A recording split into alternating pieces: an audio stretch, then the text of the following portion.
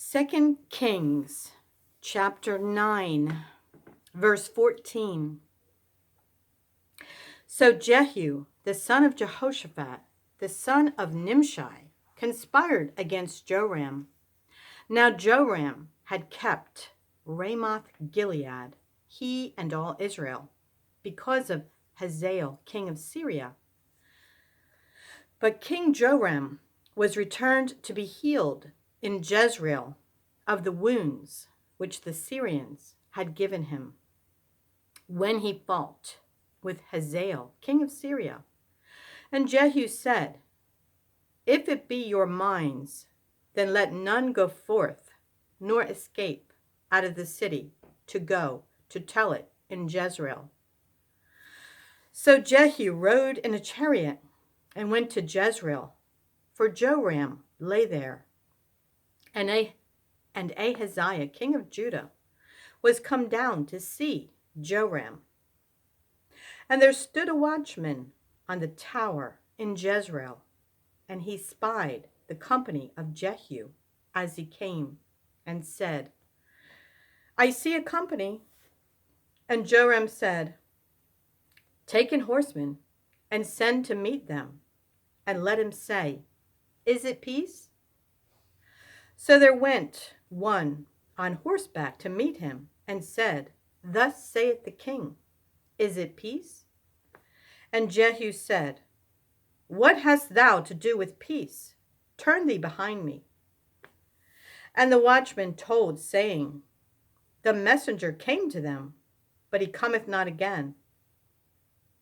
Then he sent out a second on horseback, which came to them, and said, Thus saith the king, Is it peace? And Jehu answered, What hast thou to do with peace? Turn thee behind me. And the watchman told, saying, He came even unto them, and cometh not again. And the driving is like the driving of Jehu, the son of Nimshi, for he driveth furiously. And Joram said, Make ready. And his chariot was made ready. And Joram, king of Israel, and Ahaziah, king of Judah, went out, each in his chariot. And they went out against Jehu, and met him in the portion of Naboth the Jezreelite. And it came to pass, when Joram saw Jehu, that he said, Is it peace, Jehu? And he answered, What peace, so long as the whoredoms of thy mother Jezebel and her witchcrafts are so many? And Joram turned his hands and fled, and said to Ahaziah, There is treachery, O Ahaziah. And Jehu drew a bow with his full strength, and smote Jehoram between his arms, and the arrow went out at his heart, and he sunk down in his chariot. Then said Jehu to Bidkar his captain, Take up and cast him in the portion of the field of Naboth the Jezreelite. For remember how that when I and thou rode together after Ahab his father, the Lord laid this burden upon him. Surely I have seen yesterday the blood of Naboth and the blood of his sons, saith the Lord, and I will requite this in this plat, saith the Lord. Now therefore take and cast him into the plat of ground, according to the word of the Lord. But when Ahaziah, the king of Judah, saw this, he fled by the way of the garden house. And Jehu followed after him, and said, Smite him also in the chariot. And they did so at the going up to Gur, which is by Ibleam. And he fled to Megiddo, and died there. And his servants carried him in a chariot to Jerusalem, and buried him in his sepulchre with his fathers in the city of David. And in the 11th year of Joram, the son of Ahab, began Ahaziah to reign over Judah. And when Jehu was come to Jezreel, Jezebel heard of it, and she painted her face and tied her hair and looked out a window.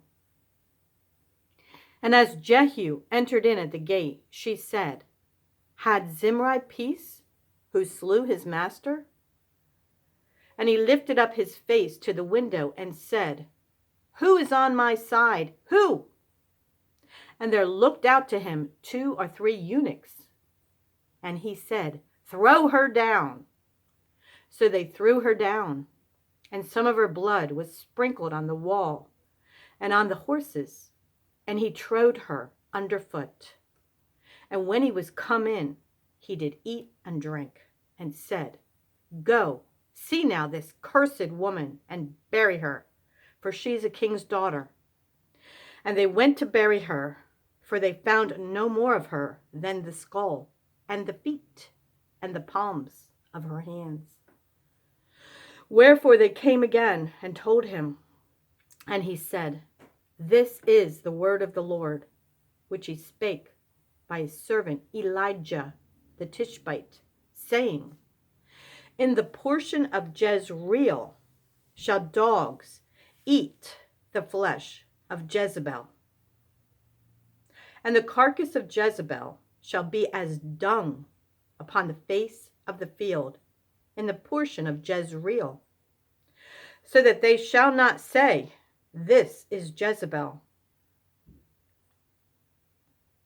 And Ahab had 70 sons in Samaria, and Jehu wrote letters and sent to Samaria unto the rulers of Jezreel, to the elders, and to them that brought up Ahab's children, saying, Now as soon as this letter cometh to you, seeing your master's sons are with you, and there are with you chariots and horses, a fenced city also, and armor, look even out the best and meetest of your master's sons, and set him on his father's throne, and fight for your master's house. But they were exceedingly afraid, and said, Behold, 2 kings stood not before him. How then shall we stand? And he that was over the house, and he that was over the city, the elders also, and the bringers up of the children, sent to Jehu, saying, We are thy servants, and will do all that thou shalt bid us. We will not make any king. Do thou that which is good in thine eyes. Then he wrote a letter the second time to them, saying, If ye be mine, and if ye will hearken unto my voice, take ye the heads of the men your master's sons, and come to me to Jezreel by tomorrow this time. Now the king's sons, being 70 persons, were with the great men of the city, which brought them up. And it came to pass, when the letter came to them, that they took the king's sons and slew 70 persons, and put their heads in baskets, and sent them to Jezreel. And there came a messenger and told him, saying, They have brought the heads of the king's sons. And he said, Lay ye them in 2 heaps at the entering in of the gate until the morning.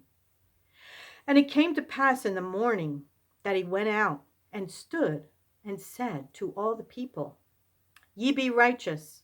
Behold, I conspired against my master and slew him. But who slew all these? Know now that there shall fall unto the earth nothing of the word of the Lord, which the Lord spake concerning the house of Ahab. For the Lord hath done that which he spake by his servant Elijah. So Jehu slew all that remained of the house of Ahab in Jezreel, and all his great men, and his kinsfolks, and his priests, until he left him none remaining. And he arose and departed and came to Samaria. And as he was at the shearing house in the way, Jehu met with the brethren of Ahaziah, king of Judah, and said, Who are ye?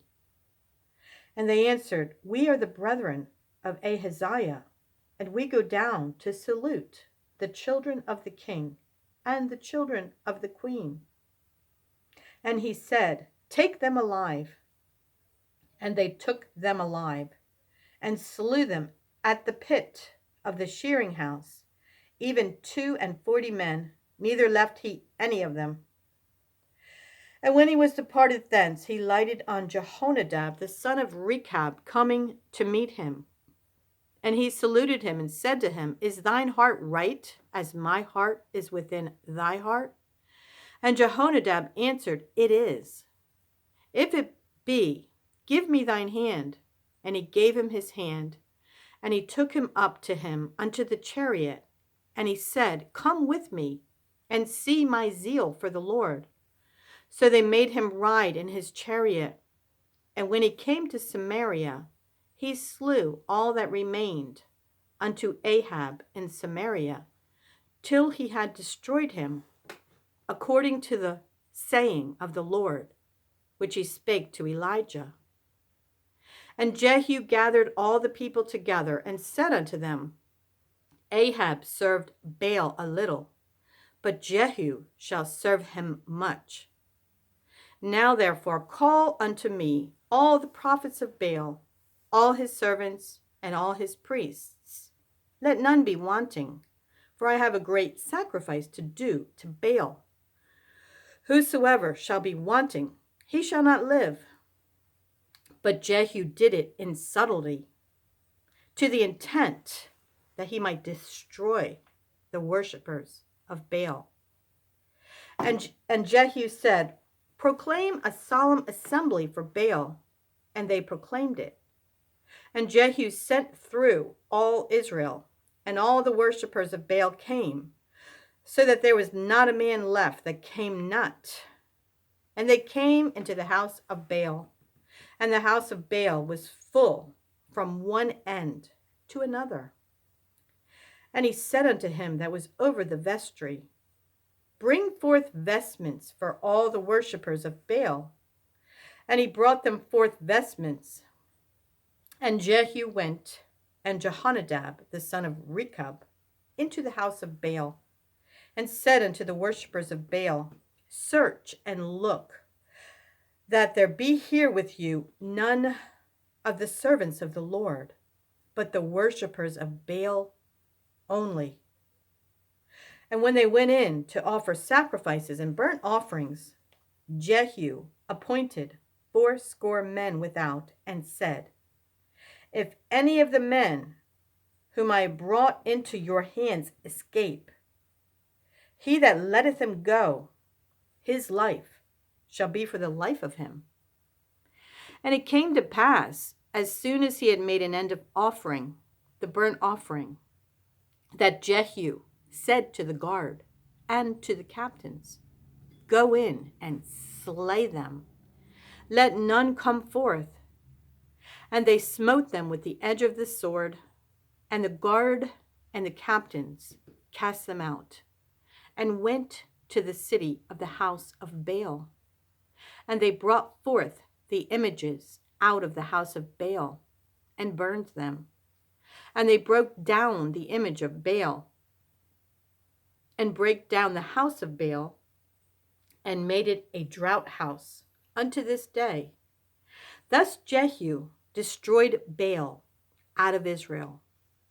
Howbeit, from the sins of Jeroboam, the son of Nebat, who made Israel to sin, Jehu departed not from after them, to wit, the golden calves that were in Bethel, and that were in Dan. And the Lord said unto Jehu, Because thou hast done well in executing that which is right in mine eyes, and hast done unto the house of Ahab according to all that was in mine heart. Thy children of the fourth generation shall sit on the throne of Israel. But Jehu took no heed to walk in the Lord God of Israel with all his heart. For he departed not from the sins of Jeroboam, which made Israel to sin. Acts chapter 17, verses 1 through 34. Now when they, Paul and his co-workers, had passed through Amphipolis and Apollonia, they came to Thessalonica, where was a synagogue of the Jews. And Paul, as his manner was, went in unto them, and 3 Sabbath days reasoned with them out of the Scriptures, opening and alleging that Christ must needs have suffered and risen again from the dead, and that this Jesus, whom I preach unto you, is Christ. And some of them believed and consorted with Paul and Silas, and of the devout Greeks a great multitude, and of the chief women not a few. But the Jews, which believed not, moved with envy, took unto them certain lewd fellows of the baser sort, and gathered a company, and set all the city on an uproar, and assaulted the house of Jason, and sought to bring them out to the people. And when they found them not, they drew Jason and certain brethren unto the rulers of the city, crying, These that have turned the world upside down are come hither also, whom Jason hath received, and these all do contrary to the decrees of Caesar, saying that there is another king, one Jesus. And they troubled this people and the rulers of the city when they heard these things. And when they had taken security of Jason and of the other, they let them go. And the brethren immediately sent away Paul and Silas by night unto Berea, who coming thither went into the synagogue of the Jews. These were more noble than those in Thessalonica, in that they received the word with all readiness of mind, and searched the Scriptures daily, whether these things were so. Therefore many of them believed, also of honorable women, which were Greeks, and of men, not a few. But when the Jews of Thessalonica had knowledge that the word of God was preached of Paul at Berea, they came thither also, and stirred up the people. And then immediately the brethren sent away Paul to go, as it were, to the sea. But Silas and Timotheus abode there still. And they that conducted Paul brought him unto Athens, and receiving a commandment unto Silas and Timotheus for to come to him with all speed, they departed. Now when Paul waited for them at Athens, his spirit was stirred in him when he saw the city wholly given to idolatry. Therefore disputed he in the synagogue with the Jews and with the devout persons, and in the market daily with them that met with him. Then certain philosophers of the Epicureans and of the Stoics encountered him. And some said, What will this babbler say? Others some, He seemeth to be a setter forth of strange gods, because he preached unto them Jesus and the resurrection. And they took him and brought him unto Areopagus, saying, May we know what this new doctrine whereof thou speakest is? For thou bringest certain strange things to our ears. We would know, therefore, what these things mean. For all the Athenians and strangers which were there spent their time in nothing else, but either to tell or to hear some new thing. Then Paul stood in the midst of Mars Hill and said, Ye men of Athens, I perceive that in all things ye are too superstitious. For as I passed by and beheld your devotions, I found an altar with this inscription, To the unknown God. Whom therefore ye ignorantly worship, him declare I unto you, God that made the world and all things therein, seeing that he is Lord of heaven and earth, dwelleth not in temples made with hands, neither is worshipped with men's hands, as though he needed anything, seeing he giveth to all life and breath and all things, and hath made of one blood all nations of men, for to dwell on all the face of the earth, and hath determined the times before appointed, and the bounds of their habitation, that they should seek the Lord, if happily they might feel after him and find him, though he be not far from every one of us. For in him we live and move and have our being, as certain also of your own poets have said, for we are also his offspring. For as much then as we are the offspring of God, we ought not to think that the Godhead is like unto gold, or silver, or stone, graven by art and man's device. And the times of this ignorance God winked at, but now commandeth all men everywhere to repent, because he hath appointed a day in the which he will judge the world in righteousness by that man whom he hath ordained, whereof he hath given assurance unto all men, in that he hath raised him from the dead. And when they heard of the resurrection of the dead, some mocked, and others said, We will hear thee again of this matter. So Paul departed from among them. Howbeit, certain men clave unto him and believed, among the which was Dionysius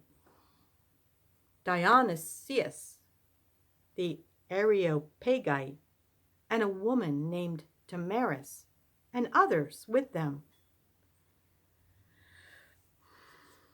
Psalm 144, the whole chapter.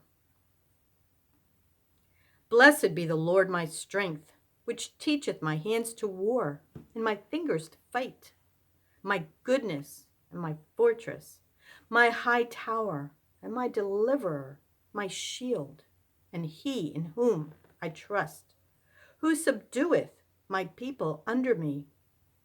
Lord, what is man, that thou takest knowledge of him, or the son of man, that thou makest account of him?